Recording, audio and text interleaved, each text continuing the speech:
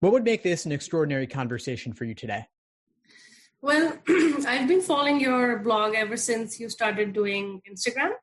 And I've been also, following your website. And it's given me, every morning I practice for a few hours in the morning at like 7. And that's kind of the time when all your questions come up. How we explain the logical reasoning. So that's actually helped me a lot.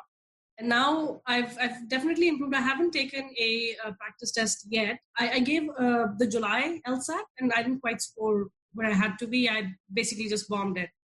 And so I'm studying again thoroughly, one by one. So now main question is, how do you stay focused when if I'm reading just one passage or say one question, I can tell the answer right away. Like I don't have to spend much time.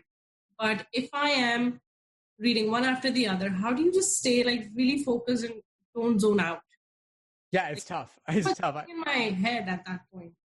Yeah, it takes practice, and you have to fake it till you make it. So you have to find ways to get engaged and become interested in what the LSAT's talking about. In fact, everything on the LSAT is based on real world information. Like the information on there is, in a sense, true. Like it's based on articles and studies and journal articles and things of that nature. And so you actually can learn something while you're reading this. Yeah, and I know that not every topic is of interest to you, of course, yes. But one technique I'll use is I'll caricature or exaggerate the different sides in a reading comprehension passage, for example. So if one side's a little bit liberal and the other side's a little bit conservative, I will exaggerate and say they're really radical versus reactionary, let's say, just to make it a little bit more engaging. And then in logical reasoning, just what's the conclusion and why are they dumb? So like, what are they failing to consider? What mistake are they making? Like if you were having a conversation with someone, you get to poke holes in their argument, or you can help them if it's a strengthening question, but you always want to be thinking, what is the gap? Right. And then I also was thinking, like when their questions say the vulnerable to criticism questions or flaw questions, when it's like, simple wording, when it's not abstract, they're always right. But when it's abstract, I get so caught up. I don't understand. I kind of guess it right. Like I have those two answers where I'm kind of going back and forth. So I don't know how to, really focus on the abstract terms and how to just quickly absorb it. I just feel dumb.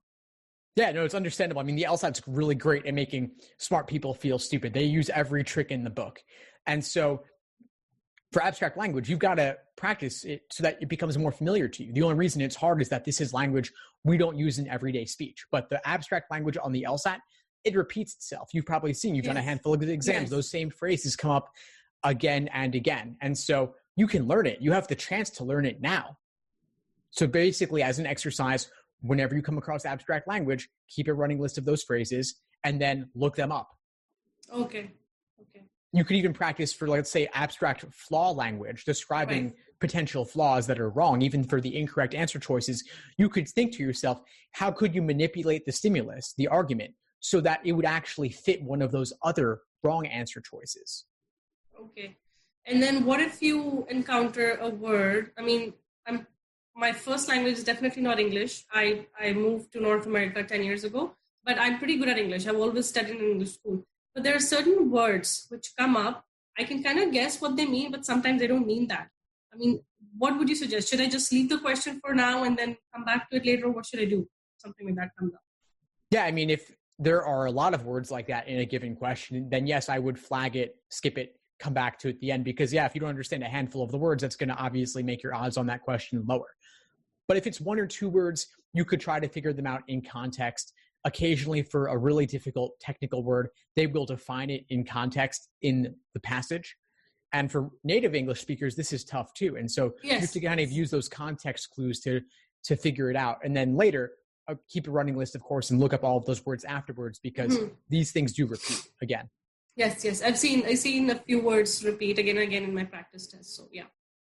Yeah, so that'd be my advice. And just give yourself more time to study for this exam, because like I said, it's hard enough for native speakers, even harder for non-native. And so you just want to have a longer timeline. Yes. Well, what I did was I originally registered for the April one, but I kind of feel confident that I can take a January one. So I'm really studying for that. Now I think it's 7 weeks to the January one. So what would you say? How many practice tests should I, like I want to take one tomorrow and then obviously blind review it. But how many would you say if I do end up taking the January one, how many should I practice? I really want to score like 165. That is my aim. And where are you at right now? I'm at, I would say somewhere like 142, 145. Okay. So that is a huge increase to look to get in 7 weeks. Yes. Do you have any other obligations, or are you studying full time? Well, I'll be studying pretty much, say, 30, 35 hours a week.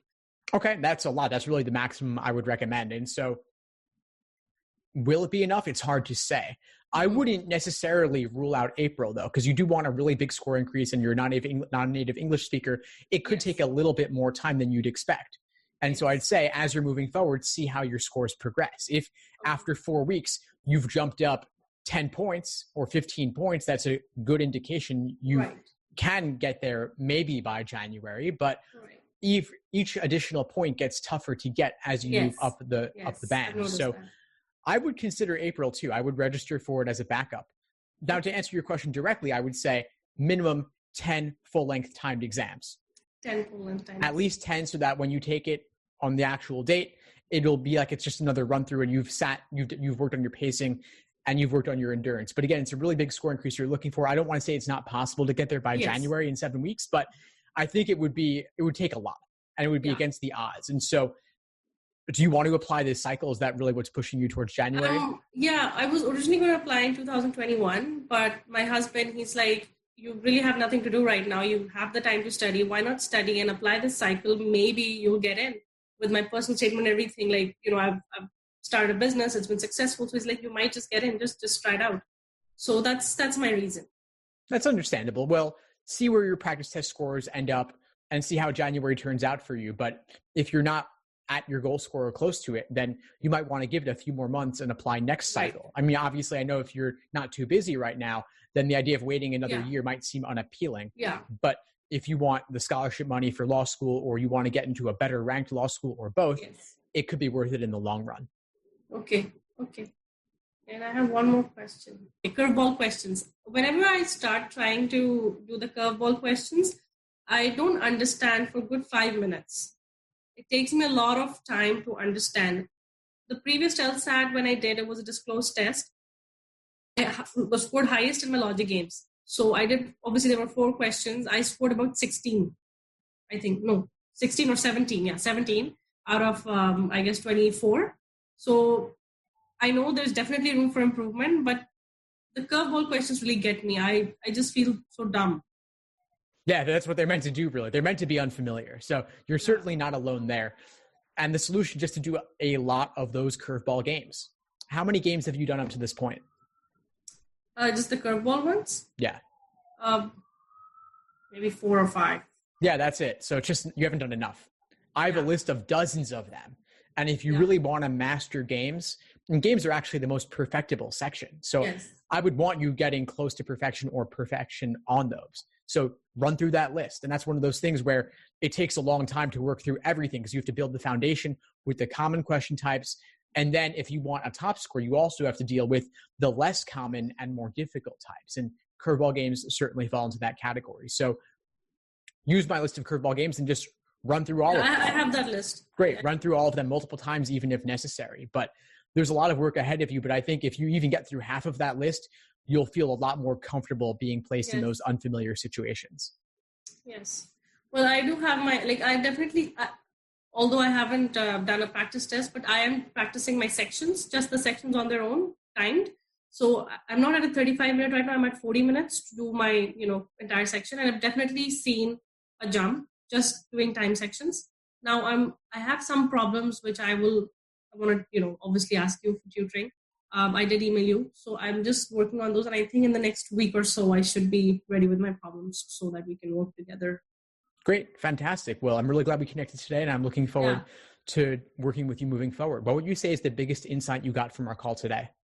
I would say I got a lot more clarity on definitely the curveballs and being, really, it's kind of funny. If I don't practice for a week, it's like I've not practiced at all. But talking to you and listening to your podcast that I do, it makes me more familiar with the language and everything. So yeah, just getting more, I just get more comfortable listening to your podcast and just talking to you. I guess it gives me more confidence. Yeah. Great. Fantastic. Well, please keep in touch and let me know if you need anything moving forward. And I look forward to connecting with you again soon. Absolutely. Thank you very much. Thanks for tuning into the show. Please subscribe if you haven't done so already to be notified of new episodes as I release them. And feel free to reach out if you need anything at all as you move forward with your prep. I'm happy to help however I can. In the meantime, I wish you all the best and take care.